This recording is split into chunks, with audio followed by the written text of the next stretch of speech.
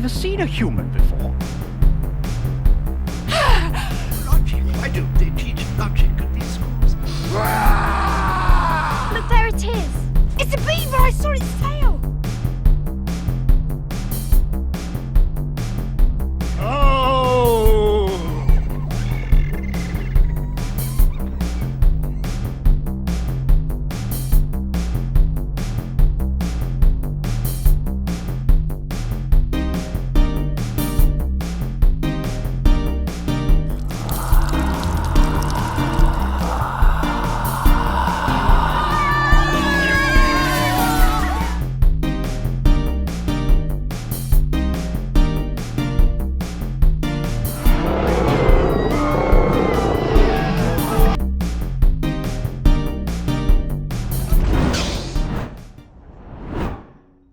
Welcome back to AsArt with Nick, John, Kyle, and Taylor. We try our best to post 3 videos a week.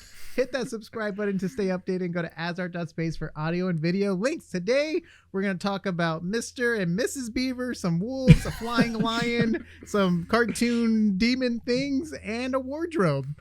Are you guys ready for this? I don't know. Yeah. I am so ready. Quick, spoilers, just in case you don't know the story of Narnia, The Lion, Witch, and the Wardrobe. We're going to be talking about the story in the series, maybe comparing it to other things too. So spoilers up ahead if you have not seen the series.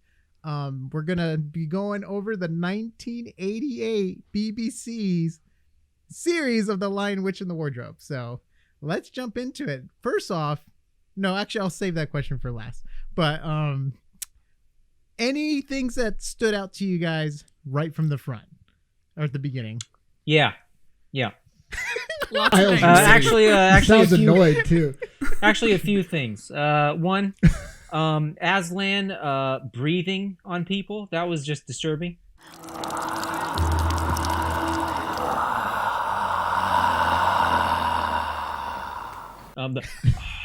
Like it almost sounded like a post-coital. You thought that was more disturbing than him talking. Welcome, Peter, son of Adam. Welcome, Susan and Lucy, daughters of Eve. Yeah, actually, yeah. Like, he's like, just the mouth stays open for an hour. Rocky Road. Good. And then also the fight scene with when the Winter Witch or Ice Queen, whatever her name White is. Witch. Thank you. When the White Get Witch. it right? Yeah. When the White Witch is attacking with her forces, and basically you have she killed someone. No, wait. She killed Edmund, or she stabs him. Yeah, she stabbed him. And you kind of just see what's the other kid's name? This is how much I really didn't care. Peter. And you see Peter look. Like he doesn't even look shocked. Like the kid, like the child actor who is playing that was just like, oh yeah, now I'm supposed to act. And then he looks at the witch and starts fighting her, right? Without any emotion on his face whatsoever. It made me laugh out loud. It was great. Yeah, the I'm supposed to act moments happen throughout. I've noticed they were like, oh, you kind of see them come to. They're like, oh yeah, I'm in a movie or a TV series. Yeah. Awesome. And it was so great that battle scene too at the end, how it seemed like everyone was on their own little hilltops, just kind of cheering and chanting and stabbing the same marker on the ground over and over again, the whole battle. Yeah. And I love how they were just cheering and attack that way, attack this way. It's wait, what's going on here? Which is kind of funny because up until a few years ago, and with the virtual production of Mandalorian and stuff, that's how they did visual effects. Look at the ping pong balls and stuff. And they're having to do the same thing here, which is hilarious. So yeah, it's kind of fun. So let's go to the very beginning. Let's start from the beginning of the film. World War II. The kids are leaving. I was actually really excited to see set design back in the 80s too. I was really intrigued with the mansion or the professor's house that they go to, and just all the detail into the rugs and the backdrops. You can't, I mean, good set design will hold up over time. It's really incredible. Imagine if that was a green screen and they try to do everything digitally now and stuff, like it would not have held up as good as it kind of did in the movie. Yeah, for that first like 15 minutes, I think I totally thought the same thing. Like when she was in like Mr. Tumnus's house, I'm like, wow, this is really impressive. And then, you know, things kind of drifted a little bit after that. Yeah, it just really starts to go down. Yeah, no, it totally does. Especially once the witch starts dropping her acid and it forms the different things. And that's when you knew you were in for a ride. Like, I mean, yes. Mr. Beaver did say you could tell he ate the food because of his eyes, so I'm guessing something with acid or something like that. He's like, "Are you really this tall?" Yeah, it's not Turkish delight; it's acid delight. It's like, oh, just put it under your tongue. You're set to go. So, let's just talk about the kid actors. What do you guys think overall? 1988, did they get the job done? The only one I liked was Lucy. Yeah, Lucy. Boy. Lucy really sold it. She was the, you know, like the pure-hearted one, you know, like wanting to help out. And I think that she was arguably the only one that I had any empathy for the whole movie. Like she sold it. No, totally. No, she did. So what I found a video of them, and they were the original kids when they were older. They were talking about the casting auditions, and they actually first they casted the families, so they had multiple different families. Then the families would go in against the other families, and they would like pick off them by family. So it wasn't like one by one. First they got all the kids to kind of look like a family, and then they would send the whole group in. They would have to act together. Okay, next group. They had like 20 something groups, and this is the group that won. Wow. So that's what they did in, I think they did that, was it the original Star Wars? Didn't they do that? They had different groups, and anyway, sorry, completely getting off that. I mean, they probably did that with the Goonies, probably. I don't know. But so had you guys all seen this before or no? Yes. I have vague memories from my childhood that I've tried to wash out over the years. But, Taylor, had you seen it before? Yeah, we would watch it. Like it was like a Friday afternoon school, like the teacher didn't feel like teaching movie. I went to a Christian school, so this is like one that they circulated a lot. So I kind of had those vibes too, which wasn't really fair to the movie. I was like, okay, yeah. Okay. So I know Nick had seen it. I wasn't sure about you guys, but I didn't even know this existed. I watched the animated film that's even older. I watched that growing up, but I never had seen this. So me looking at this, I was just like, I can't believe this existed. I'm just laughing so much. But I thought the kids were fine, to be honest. I mean, I have to keep reminding myself, what would I have thought if I was a kid in 1988? I probably would have liked this a lot. Like Nick and I were talking, we pulled up some screenshots from the old animated thing, and I looked at the screenshots like, wow, that looks really bad compared to what I remember. I remember this being really, really good. But I thought the kids were fine. I mean, especially if you were a younger person. Like now it's a little bit rougher to watch, but we have to remember what the target market is and what TV was at the time too. Well, it's true. The kids were better than Morgan, the captain of the wolves. So, great. Way to get that. And to move away from the kids a little bit, the White Witch was too much for me. She was just going for it, and I mean that's admirable. But at times I was like, oh my gosh, come on, it's a little too much. Yeah, she was in it to win it. She was going to get her Emmy nomination right there for sure. Yeah. So I don't know if you guys noticed, she has different color eyes. I think she has a blue and a brown eye. In real life or just in the show? In real life, and they just added that as part of her character stuff. Maybe just to add to like the not like the craziness, but like the or whatever, because she's like the witch or something. You know who was the was it Edmund, the ginger kid? Gosh, so annoying. Yes, that's Edmund. Yeah, he sold it for me too. How much I wanted to slap him in the face, but he sold it. He really sold that. And it made that character transformation towards the end all the better, right? Because he learned his lesson after being captured and put through all that horribleness with the White Witch. I'm just so glad we have Kyle here. I mean, this is the Kyle episode for sure so far. I have some things to say. So let's talk about the humanoid or human life-size animals, which sometimes like the wolf would get they would have a real wolf. It's like, why not just make the guy run on all fours at this point? Like, you know, the beaver's strutting his way up a hill. Like, how come this guy gets to get a dog? You know, this guy gets a stunt wolf. You know what I mean? Like, I just wolf. Did those feel convincing? I mean, did it work for the time? Because like we really didn't start getting talking animals until like maybe Babe was Babe. Yeah, like, Babe was the first big one. Yeah, and that was a big that won an Academy Award for its technical achievement. That was Rhythm and Hughes, and I can't remember what year that was. I think this won an award though for something. I think it won a couple. It won some. Yeah, it won a number of awards. Yeah, but I think Babe was like mid '90s, so that was quite a while away. But yeah, so what do you guys think? I'll chime in last since this is my first viewing. Yeah, I'd have to say that the beavers were fairly accurate, to be honest, in terms of depicting beaverness. Because whenever I picture, like, Kyle, what does a beaver look like walking on its hind legs? And the answer always comes back extremely awkward and odd, right? Boy, they sold it. They look like huge furry eggs, and with little stubby feet. You know, they're swimmers, they're not walkers. We get it, right? So, yeah. I would love to see the guy swim in that costume. It would be so much that would have been great. That would have been awesome. It's like the kid in A Christmas Story just falls down and he can't get back. Yeah. I had a hard time with the Mr. Beaver's teeth. I don't know if you guys noticed that. Oh, the teeth, the yellow teeth. I would just... Yeah. But then there was like slime sometimes. They really just, I don't know if that's, you know, accurate to real beavers or not, but it was just a little much for me. I had a hard time with the beavers, I'm not going to lie. Yeah. My mom used to get really mad at us because my mom would always be the last out of the door. She would like, hold on, let me go back. So my sister used to call her Mrs. Beaver. It used to piss her off so much because we used to watch this as a kid. And she would get so mad. Right.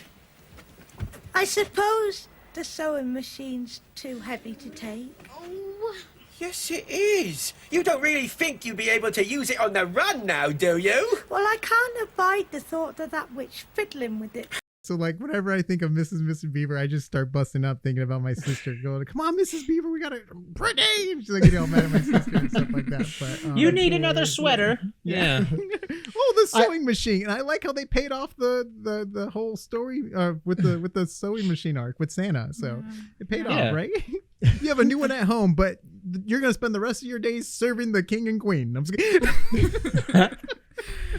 I honestly I liked the creatures like the beavers. A lot of the creatures I liked when they were closer up. If you saw them full frame, like when you saw Mr. and Mrs. Beaver walking, I'm like, all right, well that doesn't look as good. Oh, especially when Mr. Beaver was hiding behind the tree. Yeah, so just like, dude, everyone can see you. You're as large as the tree. Yes. Everyone, wow, you're rhyming like Dr. Seuss. Everyone could see Mr. It's Beaver, like 50 feet away. It's like, tree. I think there's a beaver over there. But I like the makeup. I mean, so I'm going to ask this of you guys a little bit later on as well. It's like, do you think they should have just played this as totally a theatrical production? Or do you think you like that they went for full-on visual effects? Because Mr. and Mrs. Beaver up close, like this looks like it's a stage production. I like that look. Go ahead. That's a great point, John. Like that's kind of what I was getting stage vibes too, right? Like I was thinking like, especially actually how they have the lighting. Mm-hmm. Like I was like actually thinking, I'm like, this looks like it could be like more like play actually. And maybe we're just seeing a play shot for television, right? Like amidst these different settings. It's and even the true. music too is like the orchestra playing and swelling at certain points was kind of, I got that play vibe from that too. So.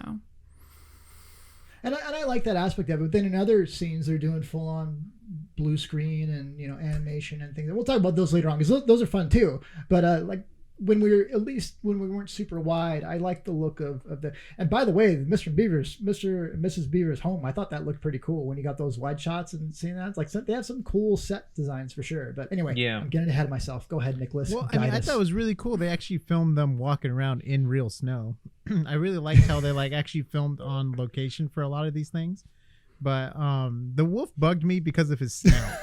I just couldn't and you know they did the whole cats thing. I think they look bad because they threw the ears up here just like the cats See, and the ears just, humans, the ears are here. So when you put them on top, it just messes with your head with the wolf. And I'm like, I can't do this. And then like he looked good straight on. Then once you turned and you saw like the thinnest, little, like, whoa, it's so tiny. But hey, he gave it his all with the acting. He howled, he barked, he scratched, he sniffed, and he did all the dog stuff. So, like Taylor was saying that the queen was a little bit over the top. This wolf was in it to win it as well. He was going to blow the house down. He was all like the villains were over the top, and all the good guys were just very slow and pronouncing things. But again, that makes me think of a stage production. You're definitely being really slow if you're on stage, being that character, or you're doing over the top because you're on a stage if you're doing theater. Yeah. So that's something that went through a little bit, but. I'm guessing there's two people, right? There's probably two people inside of him when he's walking, right? It's like the old horse technique, right? You have someone in the back end and someone in the front end when it's walking, right? Yeah. Yeah. I mean, it probably had to be great for the kids to have something to act with. Because can you imagine like if they would have animated Aslan as a 2D creature, I don't know how that would have turned out. Yeah, I don't think that would have worked. Well, I don't know. So that's one thing I got to give Aslan is it actually really looked like there weren't two people inside that costume. Mm-hmm. Like they actually did a pretty good job of depicting a quadrupedal, feline predator. Yeah. Right.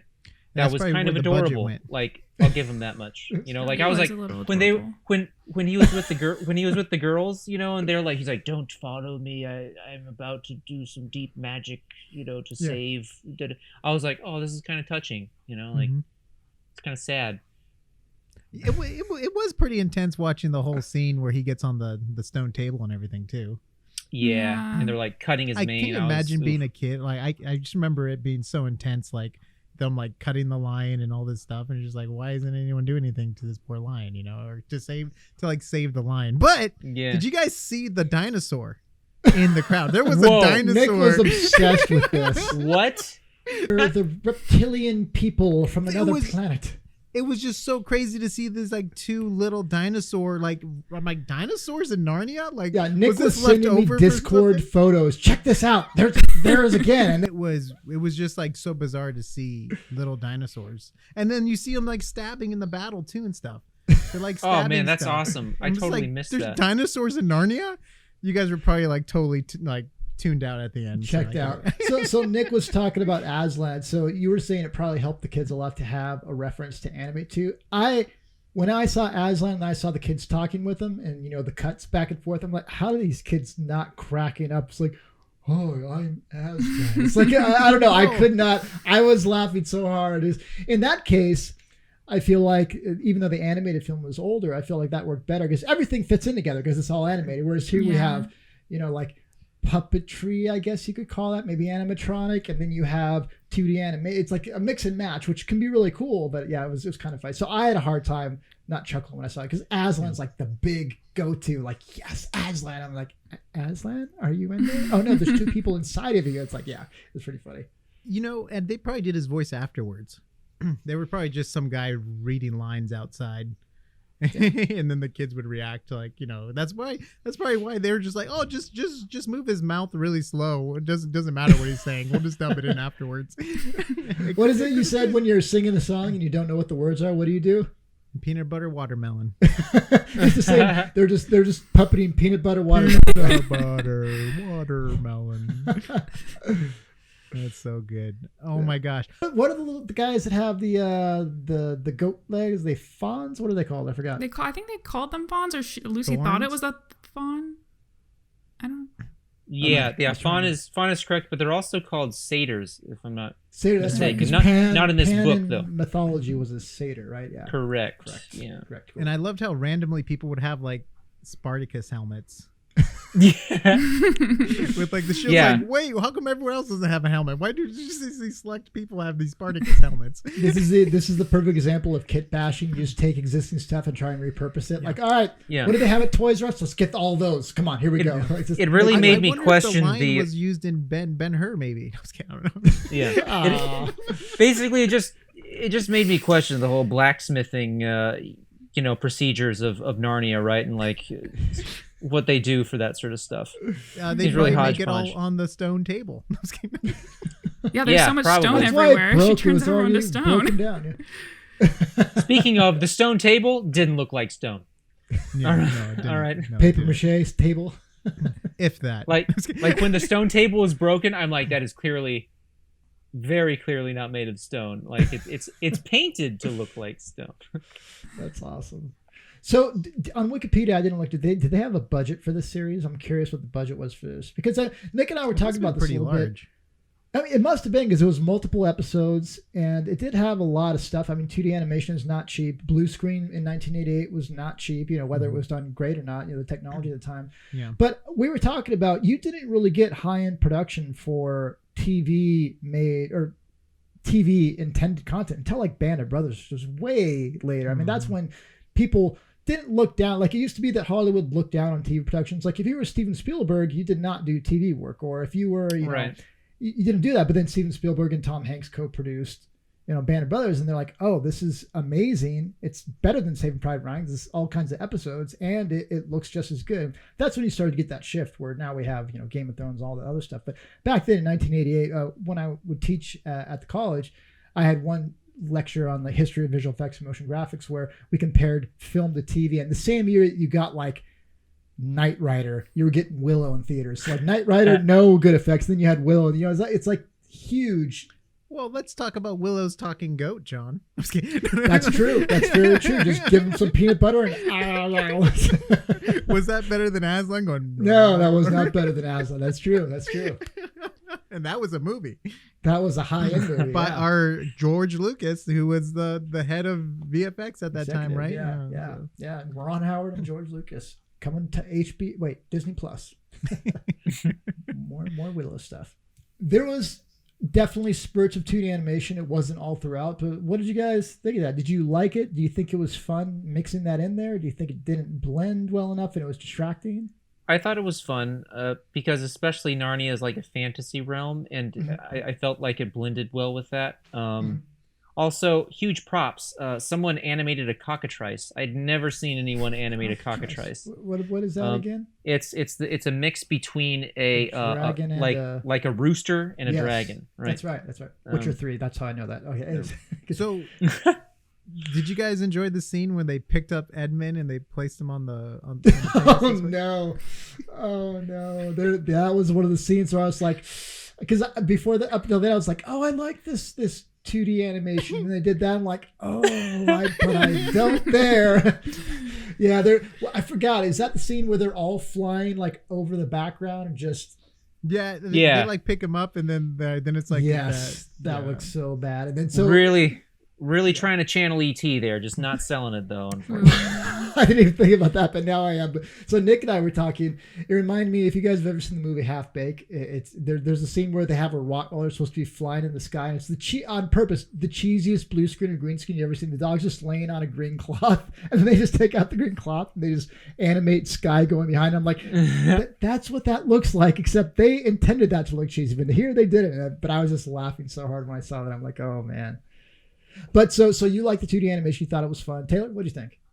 Yeah, I mean, I thought it was fun too. I think that it had to be tried. They tried something new. At least I think it was new at the time, and it's cool that it's the BBC. So it's like the equivalent of like PBS trying something like that. They probably didn't have a ton of money and not a huge budget, so I think props. Like it was fun. I mean, obviously it takes you out a little bit because we're used to the seamless, visual effects of today. But yeah, it was fun.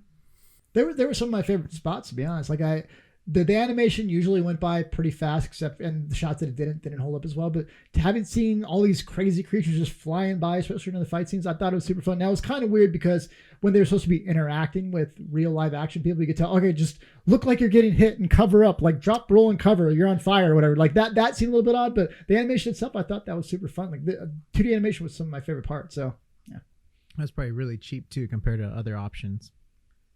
Yeah, I don't know. I mean, they probably would have spent so much money if they did stop motion, because then you would have to get the camera right and everything. That would be crazy expensive. That's like a Star Wars budget. You know what I mean? Like where you have like for that time. Yeah. Also, I wanted to add two things real quick. One, I actually really love the professor at the country estate, right? And then also the estate itself, just the sort of countryside manor.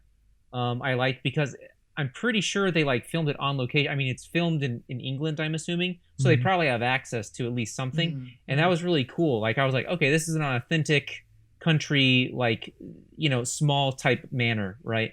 So I thought that was pretty cool. It was really cool. No, that was cool. Seeing them run around the house was cool. And then, did you guys ever read the books? No. Who's going first? Okay. It's like it's just there was just like what someone told me before was like how why the wardrobe was magical, but I don't want to spoil anything for you guys, just in case a random TV company or streaming service might make a show about it. Hold on. Ooh. Do you guys think Netflix can beat this series with overall acting, quality, story, you name it? You think Netflix can do better than this? Well, you know, something I think they do worse. Well, I was going to say, I started the Narnia world with the movies. I think they came out when I was in middle school or something. And so watching this as a series, I think it really worked as a series. Like it stopped and at times, you know, when the credits rolled, I'm like, okay, this is suspenseful. You know, I'm wondering what's happening next. So yeah, I think if it were a series, I think I would like that better than a movie version, honestly. Yeah. And let's not forget that there are indeed 6 books. Really? From this series. The first one, technically, chronologically speaking, is The Magician's Nephew, which sort of speaks more to the origins of Narnia and some stuff. When was that it. one written as far as actual... So that's the thing. As in the authorship, in the authorship, it was like written second to last or something like that. Yeah. But chronologically... That's also the professor's story. Yes. So the Netflix show, are they wanting to cover all of the books? Are they just doing Lion Witch? Have they outlined that, or we just know we're getting some type of Narnia content? You know what's funny? I feel like everyone that's tried to do Narnia, the first one always does great because that's like the story everyone knows, and then the second one's like, oh, I kind of remember Prince Caspian. Oh, I kind of remember the Voyage of the Dawn Treader. Oh, I kind of remember the Silver Chair. But I feel like when the deeper you go, the less interested people get. That happened with the show. They stopped with the Silver Chair. It happened with the movie series. After the second movie, Disney's like, I don't really want to, part of this thing now. No one's really making Harry Potter, Lord of the Rings stuff now. You guys go do your own thing. Is that what happened? Fox bought it. Yeah. Do you think fantasy stuff just fell off because it got too much? I feel like fantasy's been going strong for a long time, but maybe there was. I remember I was working at Rhythm and Hughes when they were finishing up. I think they were finishing up that movie, or no? The Lion Witch and the Wardrobe. Some of the people had worked on that were working on the show that I was working on, and my compositing supervisor, he goes, God, if I have to work on one more movie where you see 2 armies of animals charging each other, he's like, I can't take it anymore. He's like, I've done this so many times. He was so mad. I didn't know there was a Prince Caspian until the 2005 one got the sequel. Even when I was in school, when they read us the book, like during like 3rd, 4th grade, they read us the book, and I was in a Christian school, so obviously, like Taylor was saying, it's just regular reading you get in there. That's all I knew of was Lion Witch Wardrobe. I didn't know it was 6 books and things like that. So it'd be interesting if it's in really capable hands like Netflix and they get the budget and everything, maybe it will carry over and remain being very good. Do you know, does the popularity of the books fall off after The Lion Witch and the Wardrobe, or is it just when they've tried to make it into series? I don't know. I've never read the books. Well, so this might be a loose association to that question, but I do know that The Lion Witch and the Wardrobe gets a lot of accolades from the Christian community just because the story arc with Aslan has a lot of parallels to Christ, right? But then you don't really hear anything much else after that in terms of it having these Christian parallels. That's a good point, because they're kind of in there, but they're not as they're not like Jesus dying on the cross kind of thing, right? It's more like the second one I think is pretty bad. It's about like converting people to believe. I don't know. It's like a weird thing because like Aslan's gone for such a long time where people lose their faith. So it's like, I don't know. It's like a weird anyways, we don't need to go into the biblical like stuff. deism. I just know in the last book, spoilers just in case you guys want to read these books, and it's called the Last Battle. Spoiler, I mean, it's in the title. But spoiler, there's a last battle. I think everyone, I think everyone who's ever been to Narnia, I think they're all on a train, and they all die in a wreck, and then they go to Narnia to like for the last battle or to defend it, and then after the battle they live there forever to as like a young age. Everyone goes but Susan the oldest, because she valued makeup and some other stuff. So like other authors like J.K. Rowling, and then what's the author's name from his Dark Materials, Philip Pullman. They both stated basically Susan discovered sex, so she wasn't allowed to go to Narnia or something like that. It was like a weird, like, that's like what they came up with. But it's just, I always thought it was super weird how everyone gets to go back but Susan. So it's funny though, hearing that there's 6 books, like I'm fascinated. I'm kind of very intrigued on reading these, because I love the idea and the stories. It is funny though. So the Christian community and just Western religion loves Lion, Witch, and Wardrobe because it has the depiction of Christ, and yet I know a lot of my friends that are strong Christians, they hated episode 1 and The Matrix because it has that same depiction of like a Christ being reborn and stuff like that. I'm like, it's kind of the same thing, but since it's a lion, it's okay. I thought that was kind of interesting. But you're right. It definitely is very strong in the Christian circles. And, it's huge. Like it's huge in the Christian circles. Yeah. I don't remember if. But he it's was just Catholic good. or It's Christian good story. not, it's really good stories, though. I mean, for sure. I think it was Catholic. I might be wrong. I just know it was the best-selling children's book until Harry Potter. Huh. Yeah. Then Harry Potter. Yeah. Oh no, it got passed up by a witch or a wizard. Yeah. My school, we couldn't read Harry Potter, but we could watch this. What's up with that? And Harry Potter is also the story of Christ. No. Really? I mean, a lot of stuff is.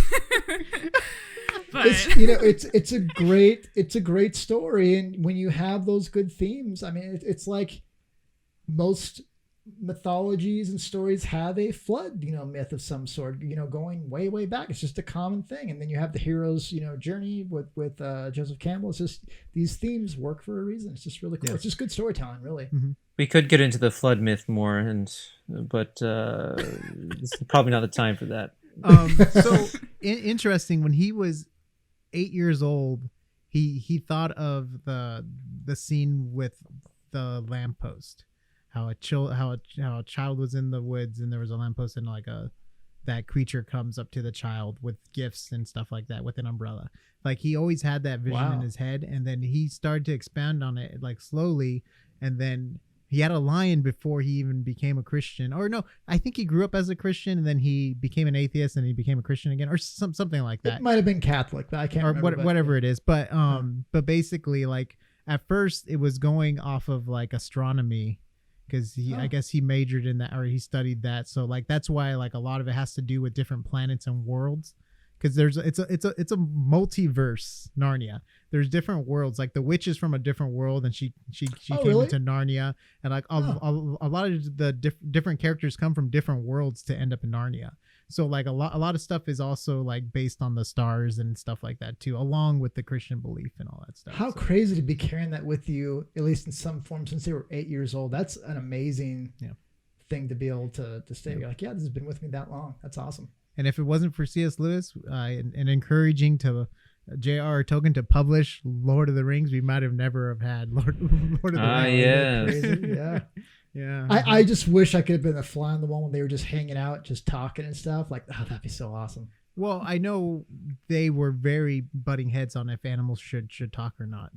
That was like a thing between their worlds, and like J.R.R. Tolkien's like only certain animals should be able to talk, and then Narnia's like, I want all the animals to talk. So they had different stuff like that, and then J.R.R. Tolkien wrote in C.S. Lewis as a character into Lord of the Rings. We know him as Treebeard, the way he talks. That's the way C.S. Lewis used to give lectures, like long and slow, just like Aslan. You know what I mean? Like,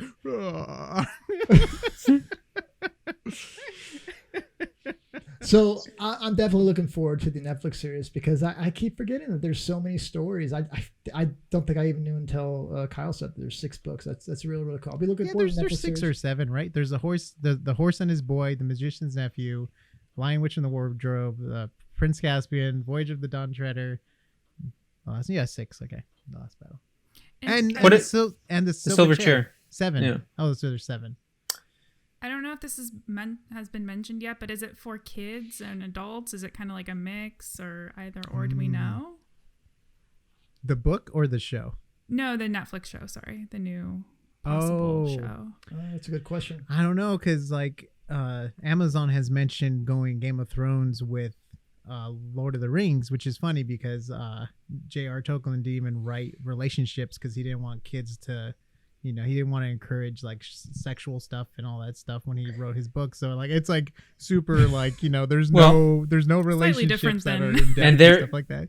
And they want to go get Game of Thrones with it with nudity and everything. And I know people are like, rah, rah, rah, rah, rah. That's not the way the original text is. But then it's Amazon wants to make money, and they know Game of Thrones made money by doing a show a certain way. So, and also there's something to be said for where an author or an original creator leaves something out of a story. It really is an enticing thing creatively to fill in the gaps where we don't see any of that, right? So, I mean, that's why I'm kind of I guess I don't share the same, I love Lord of the Rings, but I guess I don't share that same fervor of exactly. It's sure, fine, let's explore this area because,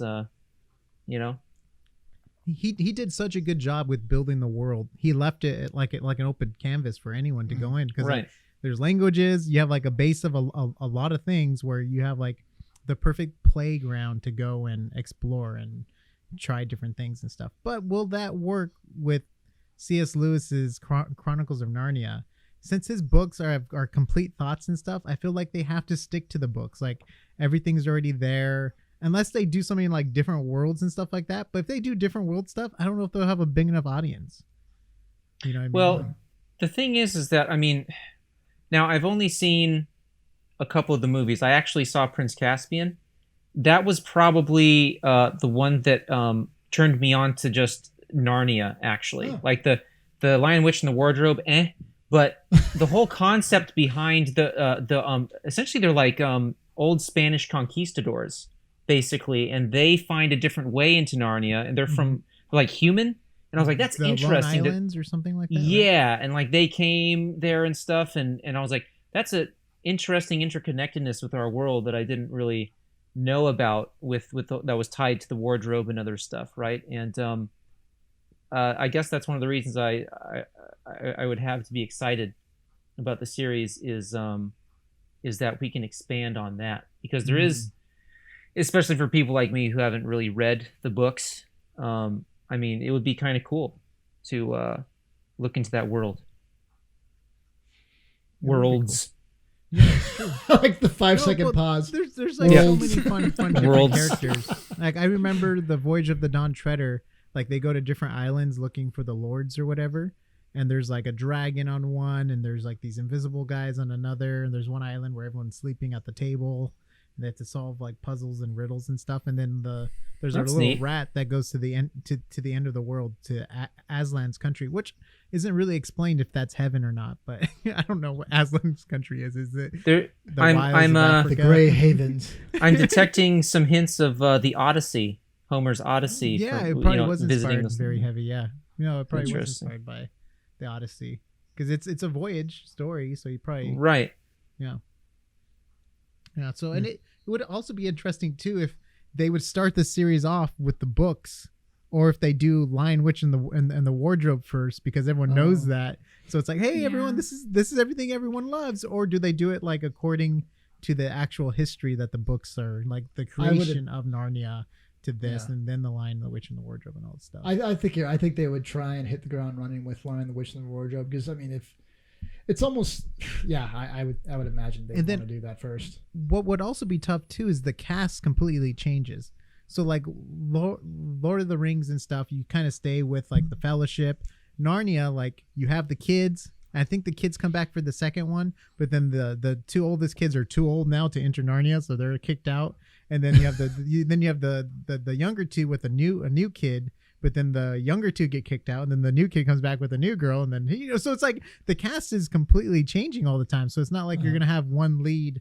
Well, you probably have the voice of Aslan, I guess. But that can also work for your benefit with filming. You don't have to worry about kids aging, because I love His Dark Materials on HBO, and they filmed season 1 and 2 at the same time, where the kids are relatively the same age.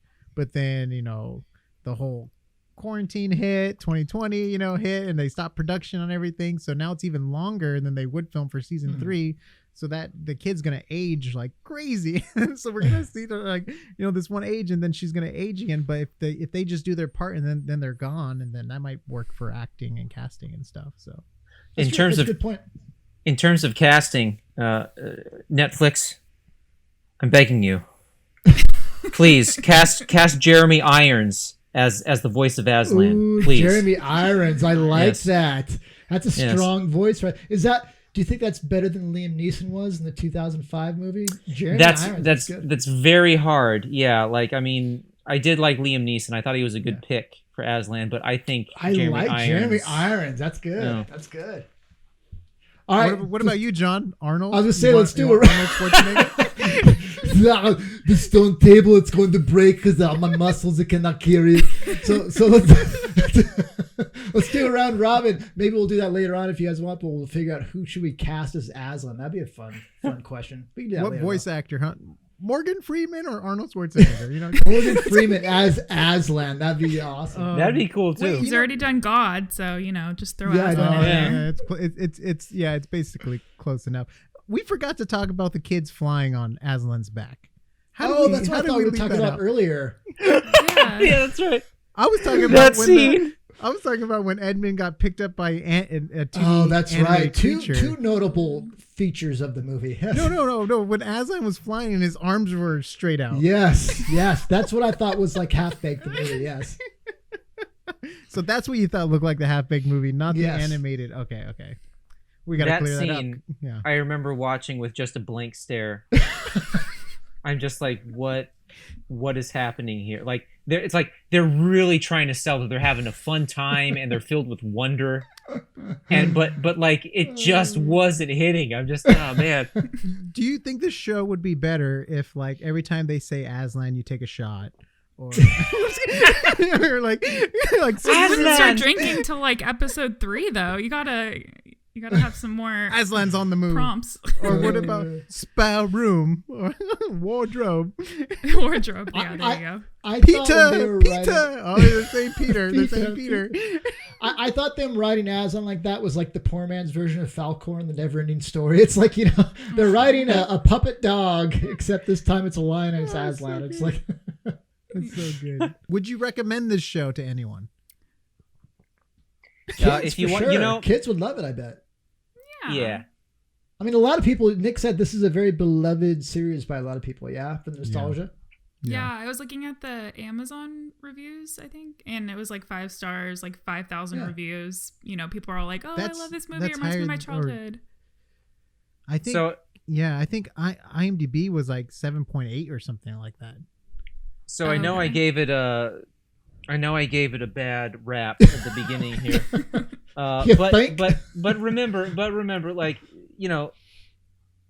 Taylor has a point, right? Is that you have to consider the time in which it was produced, the audience back then, also the technology available at the time. And if I put myself in the shoes of being a kid in 1988, I'm probably gonna be like, it's gonna be awesome. But I mean, viewing it from today's lens, it's just hilarious, and that's the reason why I want to say anyone who's in need of a laugh, who just wants to watch, Beavers. Yeah, beavers, and awkward lion rides. Awkward lion rides. Stabbing the same just spot watch over this and movie over again. Yeah. You know what's so funny? Me and my sister loved these movies growing up. We watched them quite a bit, all the way up to the Silver Chair, and we were so excited when Disney was going to remake it. I remember going to the El Capitan Theater waiting in line there for the midnight showing and going to like watching the midnight showing. So because we always quoted Mr. and Mrs. Beaver's lines to my mom and stuff. But it was a movie we loved, and we were really into fantasy. And at the time, you know, growing up as a kid, you don't have like as a Christian family, you didn't have a lot of stuff my parents would let me watch. Yeah, I mean, my mom thought for a second that Pokemon was evil because there were 3 trainers that carried 6 Pokemon, so it was 666, the number of the beast. But so you can imagine the range we take of what we can get. Yeah. Slim pickings, beggars cannot be choosers. Yeah. But you guys are all for sure right. I mean, we're the lucky beneficiaries of, as we've grown up, the content has grown up with us, like games and movies and TV shows. It used to not be like that. If it was a kid show, it was really geared towards kids. And I would imagine in certain ways that's a lot easier because you don't have to have these crazy budgets to make it completely convincing to adults as well. I mean, that just wasn't really a thing back then. So yeah, I mean, we're not talking about the animated film, but I thought the animated film was the best thing ever when I was a kid. So it's like, yeah, I mean, definitely through the goggles of nostalgia, this I imagine this would be wonderful, and probably wonderful for kids now too, because the stories are good. At the base, it's why does this work? Because it's good stories. It's like fascinating themes. By the way, the battle scene between Peter and the wolf was taken straight out of the Lord of the Rings animated. Right, like with like the red with the red background and everything like that, and then like I was just like, wait, I thought we were watching Narnia tonight. I thought I was like, wait, I know we're also watching the animated Lord of the Rings, but hold on. Man, it's so fun. Nick said, "Hey, what do you think this reminds you of?" I was like, well, clearly, I knew like right away. Like I started laughing. It's awesome. All right, guys, if you guys enjoyed this, give it a like or a thumbs up, or hold on, if you guys enjoyed this. Please give it a like, subscribe to our channel. Me and John are going to be breaking down some of the VFX shots of this movie. So subscribe so you can get notified when that comes out. And I think we're also planning on watching the Rhythm and Hughes one. Yeah. The 2005 one, which should be better. I don't know, though. I mean, Liam Neeson as Aslan and no puppet Aslan. But we'll see how that holds up, too, because that was a very, at the time, like animals talking and stuff. Like that was a major production. The hair and the fur especially, that was a big thing for them. I'm very curious if it holds up. I'm really excited to watch that. If you guys want to follow Kyle, he's an amazing artist. Go follow him on Instagram. He's follow the mustache too, our merch and stuff like that too. So if you guys like his artwork, they'll probably be on our website on a shirt or a mug or something fun like that. And thank you, Taylor, for joining us. Yes, our screenwriter. Expert Taylor. Yes. Comment down below what you guys think of the old one. If you guys like it, if you think it holds up, if you think Kyle was right and they should put the flying lion scene in the new Netflix show. Like he already wrote them and stuff. I'm like, Kyle, I don't know if they're gonna put that in. He's like, I really want it, Nick. So I'm like, I don't know, Kyle. So we'll see. Awesome. We'll see what happens, and maybe they'll even throw in the whole breaths thing too with that Kyle likes. So. Yeah. And by the way, you guys, if you do want to watch this was freely available on Netflix, or not Netflix, YouTube when we watched it. So I don't know if that link's going to go up or down, but now we'll put it in the description. Things on there. Yeah, so check that out if you like. All right, guys, thank you for watching, and we'll see you on the next AsArt.